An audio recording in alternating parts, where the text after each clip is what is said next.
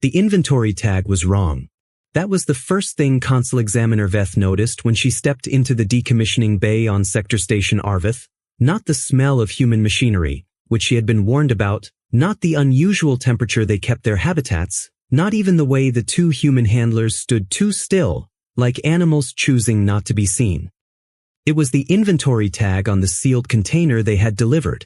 The serial number corresponded to a category of armament that, according to every treaty filing, every verified manifest, every independently audited declaration humanity had submitted over the past 11 years, did not exist. She almost looked away. Almost. Instead, she pulled her scanner from her vest and held it against the tag for exactly 3 seconds. The device hummed. The result populated. She read it twice, then looked up at the two humans, who looked back at her with expressions she had spent 6 years learning to read and still could not. "This is a shipping error," she said. The shorter human, the woman with gray threading through dark hair, the one whose name badge read Cassidy Rourke, smiled slightly. "Yes," Rourke said. "It is." She did not elaborate.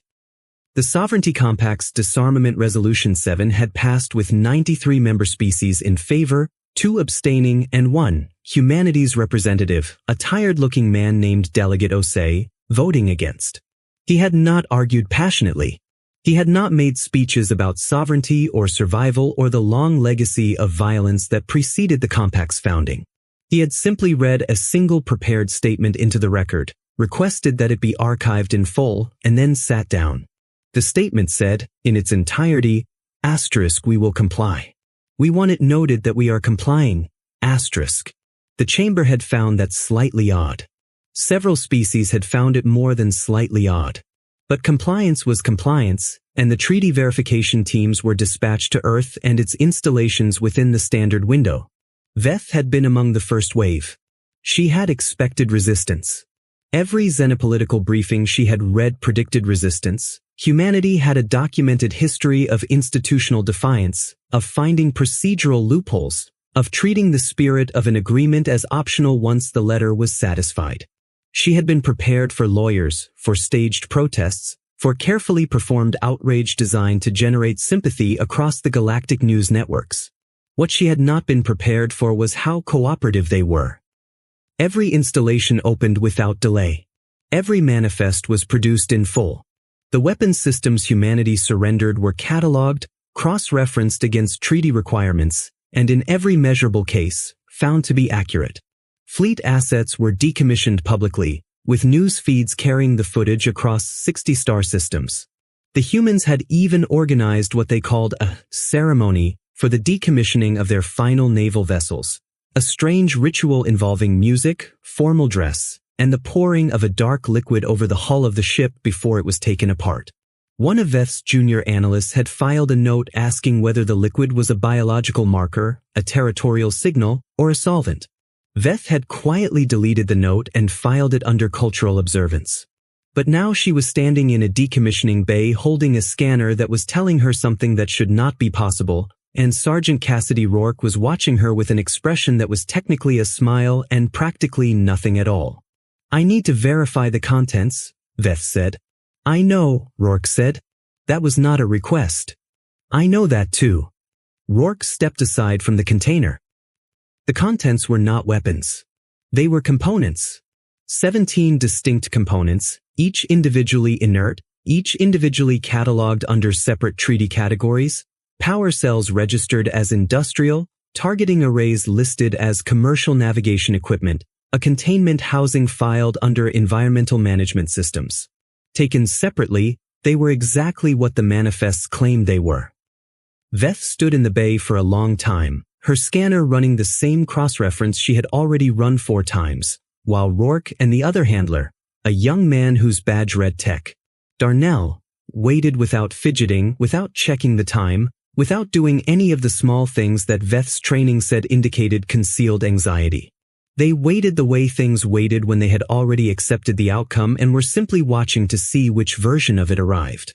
"These components," Veth said carefully, "if assembled, they'd need 17 more items," Rourke said, "which are in 17 separate locations across 4 separate planetary systems, registered under 17 separate treaty categories. We can send you the exact filing references if you'd like. That isn't, Veth stopped. Started again. That is not the point.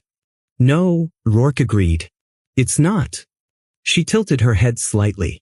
What is the point, Consul Examiner? Veth did not answer. Because the answer, which she could feel assembling itself from pieces she did not want to fit together, was something she needed to sit with privately before she let it become a formal record. She sealed the container, logged the visit as verified, no violation found, and left the bay. She spent the transit back to the station's administrative wing composing and deleting the same report 7 times. The third mystery was the one she couldn't name yet. She knew it was there. She could feel its outline. But every time she tried to identify it directly, it moved. That, she would later understand, was the first time she learned something true about humanity. 11 years before the disarmament resolution, when the Sovereignty Compact's first formal contact team had arrived in the Sol system, humanity had done something that no other first contact species in recorded compact history had done. They had asked for a delay. Not a diplomatic delay, not the standard procedural postponement that newly contacted species use to consult internal governments and draft legal frameworks. Humanity had asked for 48 hours, cited a vague administrative reason, and then requested that all contact personnel remain aboard their ships for the duration. The contact team had debated this extensively. Some members argued it was a power play, an attempt to establish negotiating leverage from the opening moment.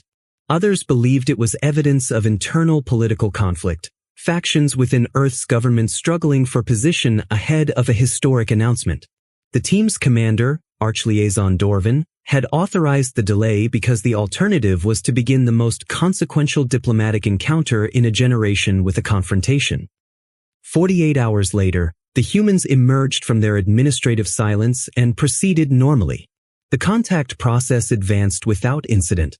No one ever discovered what the 48 hours had been used for. It had been filed as procedural delay, reason unspecified, and the case had technically remained open for 11 years because no one had ever formally closed it. Veth had found that file 3 months into her assignment. She had flagged it. She had submitted a formal inquiry request. She had been told by 2 separate administrative offices that the record was inactive and that reopening it required authorization from a standing committee that met twice annually. The committee had not yet met since she filed the inquiry.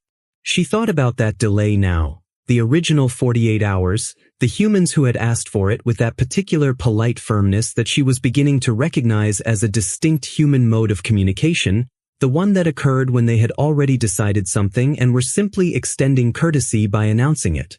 What had they done in those 48 hours? The question lived in her, unanswered, for another 4 months.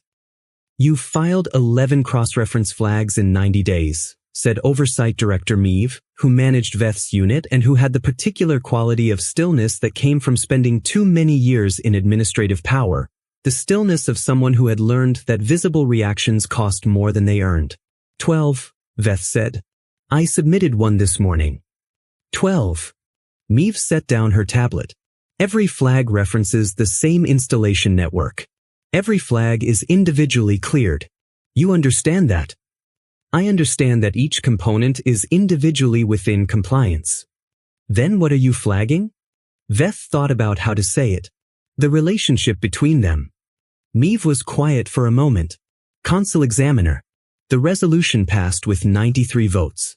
Verification teams across 8 sectors have found no violation. The humans have cooperated at every stage, more thoroughly than any species I have seen comply with any treaty in my tenure. If there is a violation, you will find it through protocol, not pattern-matching anxiety. It isn't anxiety, Veth said. It's geometry. Excuse me? The installations. The components. The filing categories. Veth pulled up her personal mapping on the desk display. A network of tagged points across human space, each one a legitimate treaty filing, each one clean. Individually, they're scattered. Unrelated. But if you look at the spatial relationship between them. She drew the lines. Meave looked at the display for a long moment. Then she looked at Veth. That could be coincidence. Yes, Veth said. It could be. Meave looked at the display again. Close that, she said. File your verification reports as cleared, because they are cleared. And send me your notes privately, not through the standard queue. That was the first time Veth felt something she recognized, after analysis, as fear. The misinterpretation that Veth's team spent the longest believing came from a monitoring report generated 6 weeks after the resolution's ratification. One of the tracking satellites positioned over a decommissioned human military facility had recorded a sustained thermal signature, not large, not weapon class, but consistent and deliberate, lasting approximately 19 hours across 3 consecutive days. The initial interpretation was a cover operation. Hidden manufacturing. A violation in progress. Veth had personally led the inspection team. They found a kitchen. Not a small one. A kitchen, enormous, industrial, staffed by 40 humans working in rotating shifts, producing quantities of food that made no immediate logistical sense. When Veth asked the facility administrator, a large and apparently good-humored man named Superintendent Graves, what they were doing, he told her they were feeding the decommissioning workers. There are 62 workers at this installation, she said. Yes, Graves said. This quantity of food could sustain 300. He smiled at her, that specific human smile, not wide, not performative, just present. They're working hard, he said.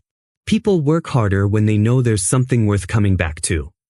Veth had filed it as cultural practice, no violation, and she had believed that interpretation for 4 months, until one of her junior analysts pointed out that 17 of the decommissioning workers did not appear in any planetary labor registry, and that the food quantities had been consistent for 3 weeks before the decommissioning crew had even arrived. Someone had been at that facility for weeks before the official process began. Doing what, in what space, the inspection had not been able to determine, because the only section of the facility that Graves had opened immediately, before she asked, with generous and slightly performative enthusiasm, was the kitchen. She had not thought to ask about the sections he didn't volunteer. We showed you what you came to see, Rourke said, when Veth eventually raised this discrepancy during a subsequent compliance visit. They were standing in a corridor of a different installation, and Rourke's tone was not hostile, not defensive, merely precise in the way of someone stating an obvious mechanical fact. That is not the same as showing us everything, Veth said. No, Rourke agreed. It's not. You understand the distinction creates a compliance question. Rourke looked at her steadily. We complied with the treaty. The treaty specifies what must be disclosed. We disclosed it. The pause. You're describing a treaty you wish existed. Veth had no procedural answer for that. The frustrating, vertiginous truth was that Rourke was correct. The rehook arrived not as a dramatic discovery but as a timestamp. Veth had been processing archived contact records, a routine review that her office conducted quarterly, when her retrieval system surfaced a secondary file she had not previously accessed. It was attached to the original first contact documentation from 11 years ago, the same cluster of records that contained the unresolved 48-hour delay. The secondary file had been generated by a compact archival system, not a human one. It was a routine environmental scan conducted by the contact team's ship during the delay period, atmospheric composition, electromagnetic output, surface temperature mapping. She read through the standard header data without much attention. Then she stopped. The scan had detected construction activity. Not weapon construction. Not military infrastructure. The scan's automated interpretation had classified it as civilian industrial, which was why no one had flagged it at the time and why it had been buried in an environmental annex for 11 years. But Veth understood, looking at the energy signatures and the geographic footprint of the construction activity, what she was actually reading. They had been building during the 48 hours. Not preparing a negotiating position. Not consulting internal governments. They had been building something in at least 11 geographically separate locations across 3 continents, simultaneously, in the 48 hours between asking for a delay and beginning formal contact. And they had been building it fast. Which meant they had already designed it. Which meant they had designed it before contact began. Which meant her hands were still on the desk. She became aware of this because she had to consciously tell them to move. They had known the compact was coming. The 48-hour delay was not administrative. It was not political. It was the last window before contact formalized, the last period during which any construction, any activity, any infrastructure change could occur without being subject to treaty negotiation, because no treaty yet existed. They had used that window. The question that had lived in Veth for 11 months, what did the 48 hours build, suddenly grew a much larger question behind it. How long before first contact had humanity known, and what had they been preparing during that entire time? She sat very still for a moment.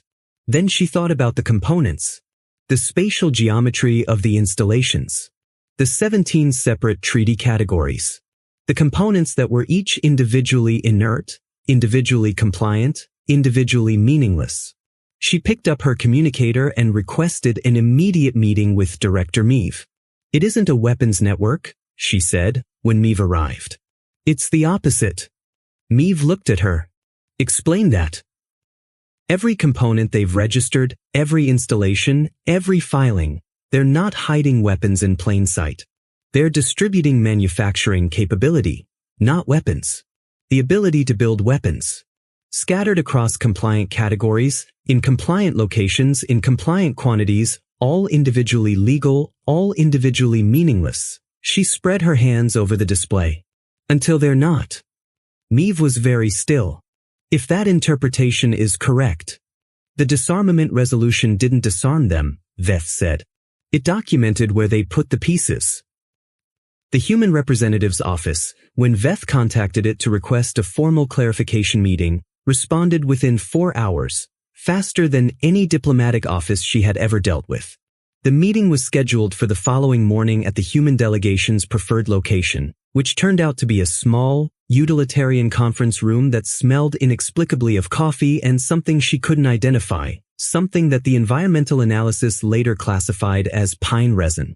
Delegate Osei arrived alone. He was older than his file images, which she had studied the previous evening, and he sat with the particular kind of stillness that she now recognized as a human stress response. Not the stillness of ease, but the stillness of conservation. "Consul Examiner Veth," he said. "I understand you've been thorough."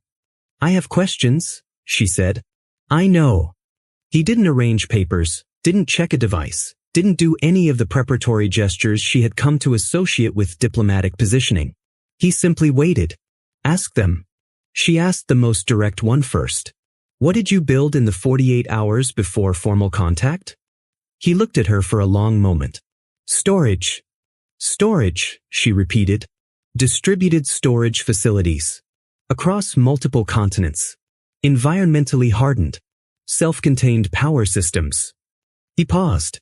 Nothing that would have raised a treaty concern, because no treaty existed.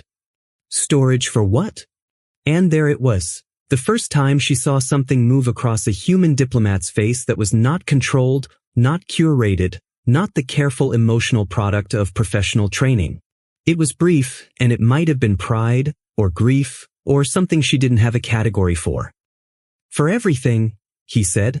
"Art, genetic archives, engineering specifications, cultural records, historical documentation. Everything that makes us what we are, stored in hardened facilities in undisclosed locations before we entered any process that might restrict our ability to protect it." He met her eyes. "We did not know what the compact was. We did not know if it was benevolent. We did not wait to find out before we made sure that whatever happened next, we would still exist in some recoverable form." Veth processed this for a moment. "The manufacturing specifications," she said. "They're in those archives." "Among other things, yes." "So the disarmament." "We surrendered our weapons," Osei said, quietly and precisely. "That is what we agreed to do. That is what we did. You kept the knowledge. We kept everything we had before the treaty." He leaned forward very slightly. "Consul Examiner, think carefully about what treaty language would have prohibited that. Think about whether any species would sign a treaty that required them to forget. Think about whether the compact would have asked us to." She thought about it. He was right. There was no such language because no such treaty had ever been conceived. It had not occurred to anyone to write it, because no species had ever structured their compliance so deliberately, so specifically, so geometrically, around the question of what was and was not required to be surrendered. No species had ever looked at a disarmament treaty and asked, with that precise and terrible calmness, what exactly are we keeping? The second misinterpretation correction hit 3 weeks later, and it hit harder. The monitoring team had been tracking a series of unusual communication patterns originating from human civilian networks, dense, encrypted, high-frequency bursts that didn't match commercial or personal traffic profiles. The initial interpretation had been coordination traffic, possibly related to the manufacturing distribution concern Veth had raised. The Compact's Signals Intelligence Office had spent 6 weeks trying to crack the encryption before passing the task to a specialist unit. The specialist unit cracked it in 11 days. The communications were recipes. Specifically, they were agricultural and culinary knowledge packages, detailed, technical documentation of food production methods, soil management, water purification, protein cultivation, being transmitted to human diaspora communities across 14 star systems. Not commercial, not governmental. Person to person. Thousands of individuals, maintaining a living, constantly updated archive of how to feed humanity from scratch, anywhere in the galaxy, under any atmospheric condition, without external supply chains. One of Veth's analysts had laughed. Briefly and then stopped. Because when you thought about it, when you actually held the image in your mind of a species that had, apparently instinctively, organized a distributed civilian network for surviving without infrastructure, for rebuilding civilization from components stored in hardened archives, for maintaining not just weapons knowledge but food knowledge and cultural knowledge and every other kind of knowledge in redundant encrypted systems operated by volunteers who had no idea they were part of it. Strategic architecture. They don't think about survival the way we do, the analyst had said quietly, to no one in particular. No, Veth said. They think about it more. The vault opened at 0347 hours, station time. Veth had not been told about it. No Compact official had been told about it. The alert came through monitoring systems, triggered automatically by an energy signature that matched no registered category, and by the time the emergency notification reached her, she was already looking at a live feed from an observation satellite that should not have been able to see what it was seeing. Because what it was seeing should not have existed. The facility was on Luna, Earth's moon, one of the most thoroughly surveyed bodies in the Sol system, catalogued in exhaustive detail by Compact survey teams during the verification process. The teams had found mining operations, communications infrastructure, standard human construction. They had not found this. They had not found it because it was under it.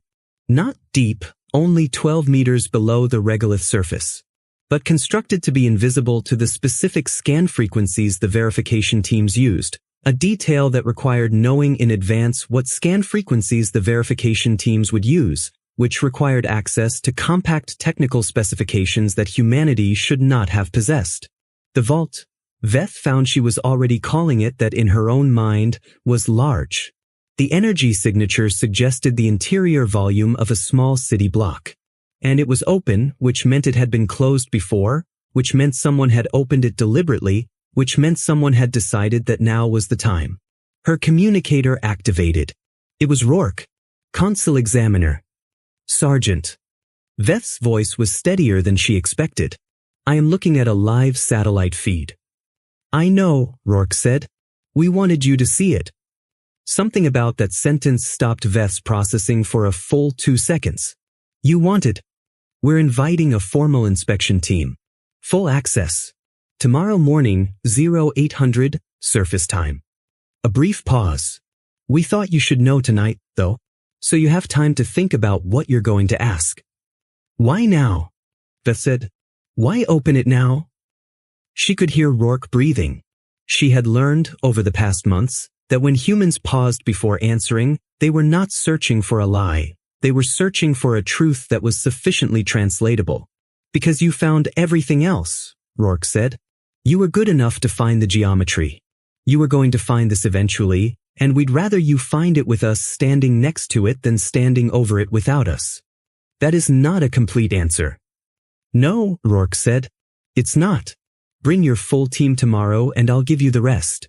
The line closed. Veth sat in the dark and thought about 48 hours, and geometry, and kitchens, and recipes, and 11 years of compliance that had never once been deception and had also never once been complete. The inspection team numbered 37. Veth had wanted more but had been overruled by Meave, who had been overruled by the Compact Oversight Council, who were apparently engaged in a procedural debate about whether the vault constituted a violation before they knew what was in it, which struck Veth as a remarkably confident way to approach a situation they understood nothing about. The vault's interior was cold, deliberately and precisely cold, and lit by long strips of soft amber light that made everything look slightly warm despite the temperature. Rourke was there, and Graves from the Luna facility, and a third human Veth didn't recognize. A small woman with close-cropped silver hair who was introduced only as Dr. Chen and who moved through the vault with the comfort of someone in their own home. The contents were, Veth spent a long time afterwards searching for the right classification. Comprehensive. Manufacturing specifications? Yes, as she had anticipated. Complete schematics for every weapons system humanity had decommissioned, preserved in physical and digital redundancy. That part was not the surprise. She had expected that. The surprise was everything else. Agricultural systems. Educational curricula spanning 400 years of development. Medical knowledge. Infrastructure engineering. The chemical and biological processes underlying human pharmaceutical production, metallurgy, construction, energy. Art. Enormous archives of art, in every medium humanity used. Literature, music, historical documentation going back further than compact records covered. And then, in the deepest section of the vault, something she had not expected and could not immediately categorize. Records of other species. Not compact species. Not political entities. Species that humanity had, in 11 years of compact membership, apparently studied with extraordinary care and discretion. Their languages, their histories, their biological vulnerabilities, their psychological patterns, their internal conflicts, their art. You've been studying us, Veth said. She was addressing Rourke, but she was looking at the rows of archived records, the careful and exhaustive documentation of 37 non-human civilizations. The entire time. Yes, Dr. Chen said, from behind her. Veth turned. The small woman was watching her with an expression that was not hostile, not apologetic, not performative. It was patient. You were studying us. It seemed reasonable to return the consideration. This is, Veth began. Legal, Rourke said. All of it legal. You're welcome to verify. Then, more quietly, every piece of knowledge in this vault was acquired or created before any treaty existed that could have restricted it, or through legal channels that permitted it. We haven't broken a rule. That is not what concerns me, Veth said. I know, Dr. Chen said.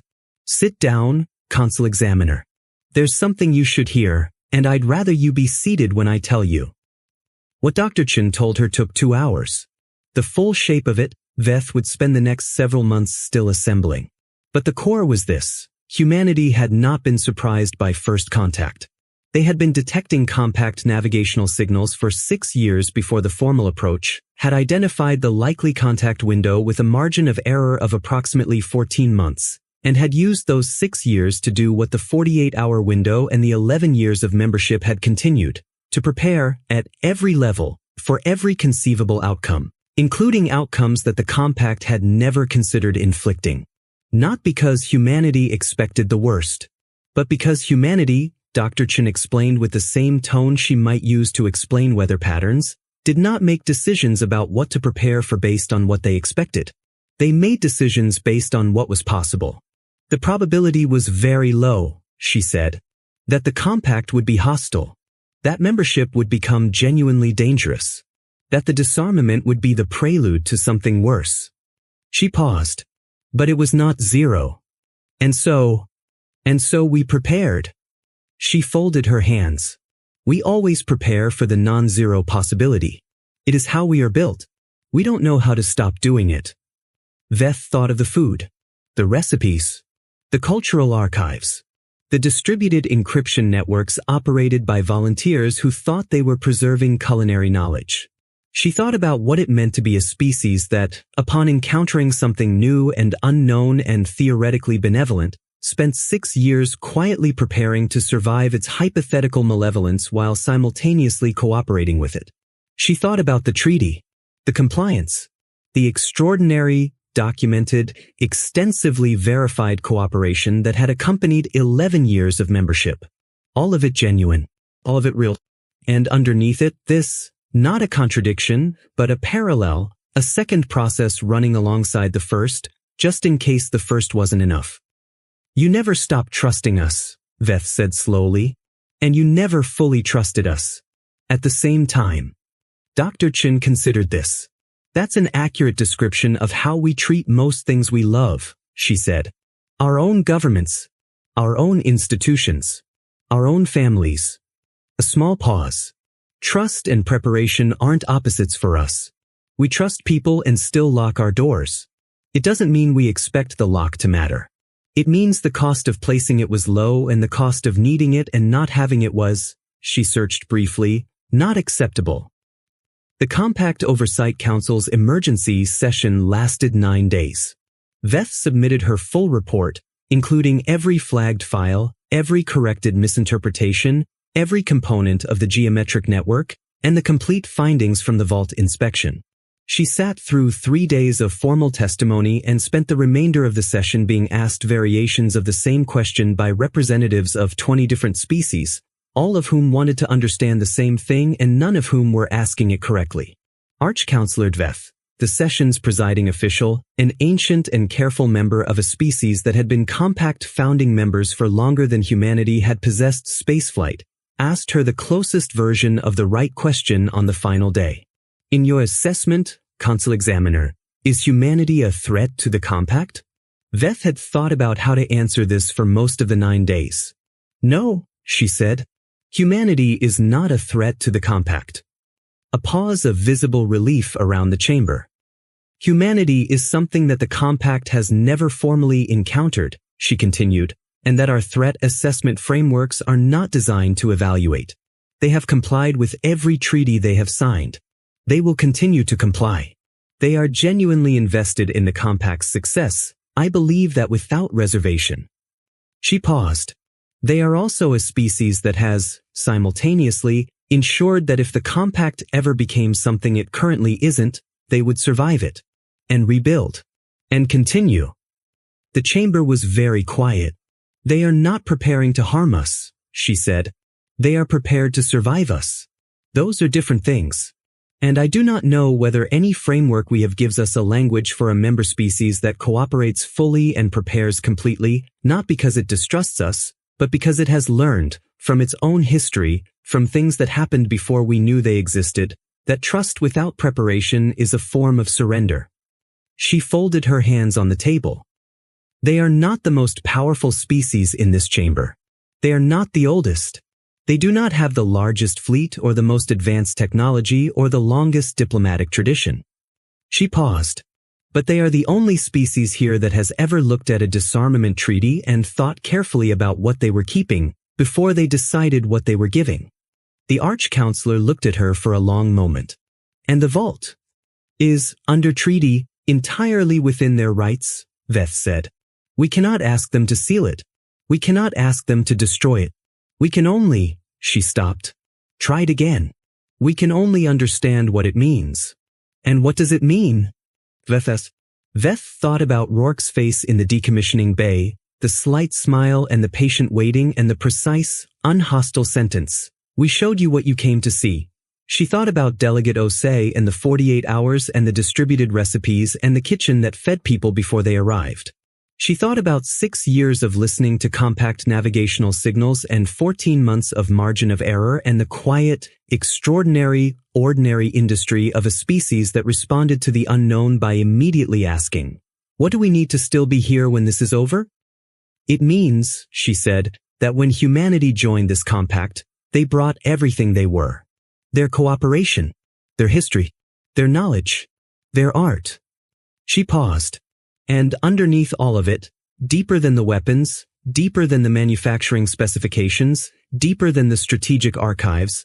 They brought their answer to the oldest question a species can ask. What do we do if everything goes wrong? She let that sit for a moment. And the answer they've been living since before we knew they existed is, we keep going. We don't stop. We rebuild from the pieces we saved before the storm, and then we keep going, She stood. The session protocol required it. We did not disarm humanity, she said. We watched them demonstrate, with perfect legal compliance and full diplomatic cooperation, that they cannot be disarmed.